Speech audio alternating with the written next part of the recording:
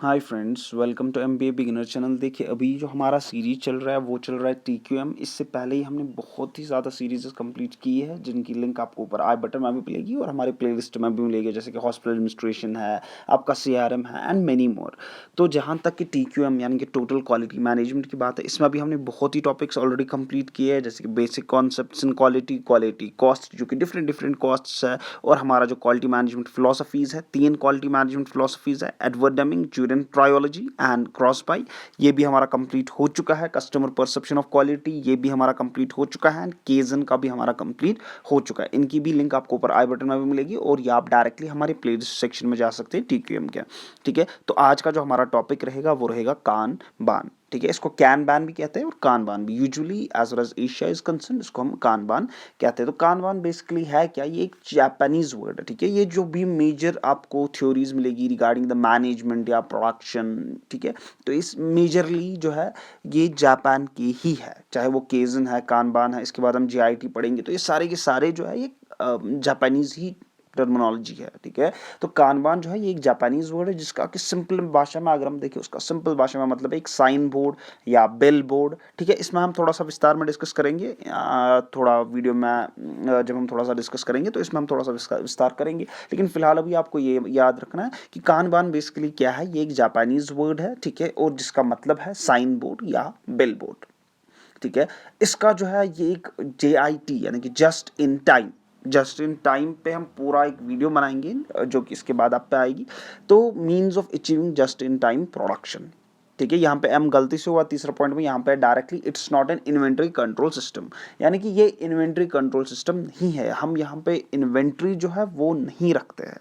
ठीक है, कानबान जो है बेसिकली हेल्प करता है टू इंक्रीज आवर प्रोडक्शन। ठीक है, यह हमें हेल्प करता है तो हमारी जो प्रोडक्शन होती है वो इंक्रीज करने के लिए तेजी के साथ। ठीक है, और ये सिर्फ बिजनेस के रिलेटेड नहीं है कानबान, ये आप अपनी रियल लाइफ में भी यूज कर सकते हैं, ये आप अपने सर्विस बिजनेस में भी यूज कर सकते हैं, चाहे वो सर्विस बेस्ड हो या प्रोडक्शन बेस्ड हो। ठीक है, आप वहां पे भी यूज कर सकते हैं। जैसे कि मैंने कहा, कानबान यूज जो होता है ये किस में यूज होता है? ये यूजुअली यूज होता है टू इंक्रीज द एफिशिएंसी।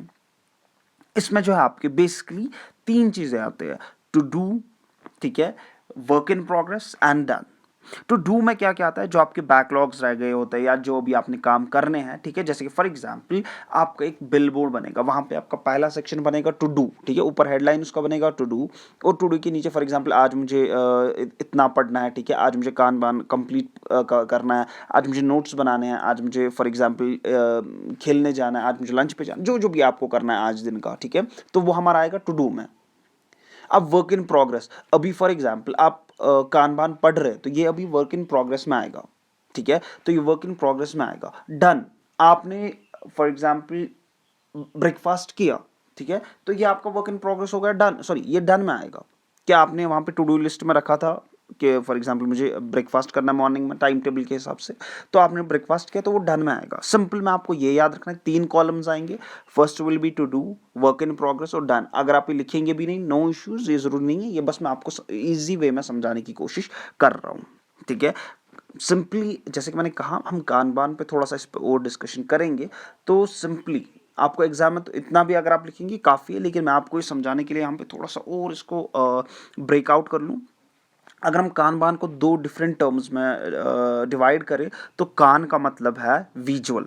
ठीक है, और बान का मतलब है कार्ड, यानी कि इसको हम कह सकते हैं विजुअल कार्ड। जैसे कि मैंने कहा, सिंपली कानबान एक जापानीज टर्म है जिसको हम कहते हैं साइन बोर्ड और बिल बोर्ड। ठीक है, तो वही यहाँ पे भी मैंने कहा, कान अगर हम अलग करें तो कान जापानीज वर्ड है एंड बान भी जापानीज वर्ड है। तो कान का मतलब है विजुअल, बान का मतलब है कार्ड, यानी कि विजुअल कार्ड। ठीक है, और जैसे कि मैंने कहा, इसमें हम इन्वेंट्री पे बिल्कुल फोकस नहीं करते, हम बिल्कुल भी इसमें इन्वेंट्री नहीं रखते। हम सिर्फ, हमारा फोकस होता है जो भी कस्टमर का ऑर्डर आता है हम उसी पे काम स्टार्ट करते हैं और उसको वही प्रिपेयर करके देते हैं। ठीक है, ये जो है कानबान जो है, it was developed by Taiichi Ohno. ठीक है, TAIICHIOHNO, ये भी आपको लिखने की जरूरत नहीं है, बट स्टिल अगर आप फॉर एग्जांपल पेपर थोड़ा सा लेंथी करना चाहते हैं तो आप ये पॉइंट्स लिख सकते हैं, दैट्स नॉट एन इशू। ठीक है, तो ये जो डेवलप किया था, किसने किया था? ताइची ओहनो ने। ठीक है, और इसमें आपके 4 प्रिंसिपल्स आते हैं। ठीक है, 4 प्रिंसिपल्स है कानबान की। पहला ही क्या है? Start with what you are doing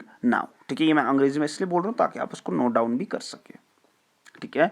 इसमें क्या है, पहला ही principle, start with what you are doing now, यानी कि अभी आप जो कर रहे हैं आप पहले वो कंप्लीट कर लो, ठीक है। दूसरा, एग्री टू परस्यू इंक्रीमेंट, ठीक है, इंक्रीमेंटल एंड चेंज, ठीक है, यानी कि हमें यहाँ पे रेवोल्यूशनरी और इंक्रीमेंटल चेंज जो है वो यहाँ पे लिखनी है, सॉरी वो हमने, ये तो आप नोट डाउन करेंगे, लेकिन हमें यहाँ पे क्या करना है, दूसरा प्रिंसिपल जो है वो है एग्री टू परस्यू इंक्रीमेंटल और रेवोल्यूशनरी चेंज।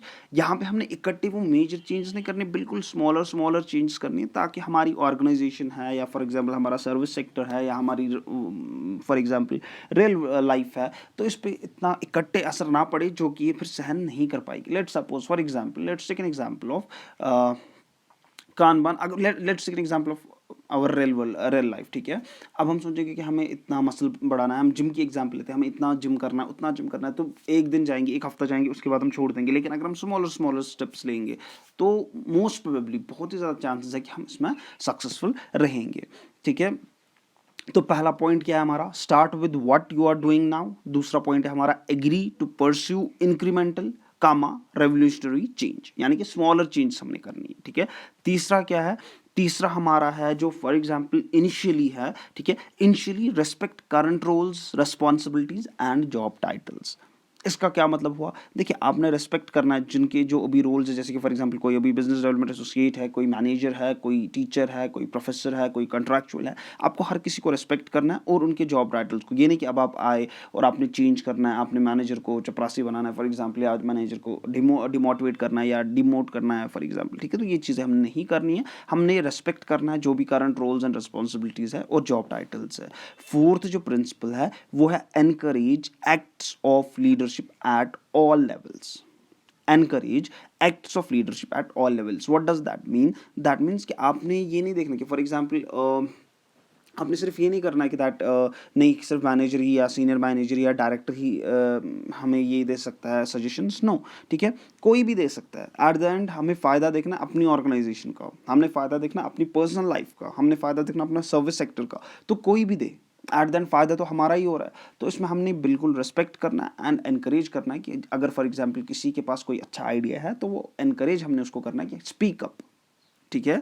तो ये हमने करना है यहाँ पे, और यहाँ पे ठीक है, enable workers to have what they need, ठीक है, उनको क्या चाहिए, वेयर दे नीड इट, कहाँ पे उनको चाहिए, and when they need it, और कब उनको चाहिए, ठीक है। कानबान जो हमें कहता है, ये सिंपली हमें कहता है कि वर्कर्स को हमने बताना है या हमें सिखाना है कि क्या उनको चाहिए, कहाँ पे चाहिए और कब चाहिए, ठीक है। और कानबान जो जैसे मैंने कहा ये मैन्युफैक्चरिंग ऑर्गेनाइजेशंस में यूज़ हो सकता है, नॉन मैन्युफैक्चरिंग ऑर्गेनाइजेशंस में यूज़ हो सकता है, जैसे कि आप मैंने कहा production as well as service, ठीक है। और रेल लाइफ, ठीक है, रियल लाइफ में भी ये यूज़ हो सकता है। मुझे उम्मीद है कि मैंने बिल्कुल ईजी वे में ये समझाया। फिर भी कोई डाउट है, कोई भी क्वेरी है रिगार्डिंग दिस, तो आप हमें नीचे कमेंट सेक्शन में भी बता सकते हैं, या इसके बगैर भी आप अगर कोई टॉपिक आपको लगता है कि मुझे अर्जेंटली वो बनाना चाहिए, उसको भी आप कमेंट सेक्शन में बता सकते हैं। तो हम कोशिश करेंगे उस पर वीडियो जल्द से जल्द बनाने की। उम्मीद है आपको वीडियो पसंद आई होगी। लाइक शेयर और सब्सक्राइब जरूर कीजिएगा। Thank you so much.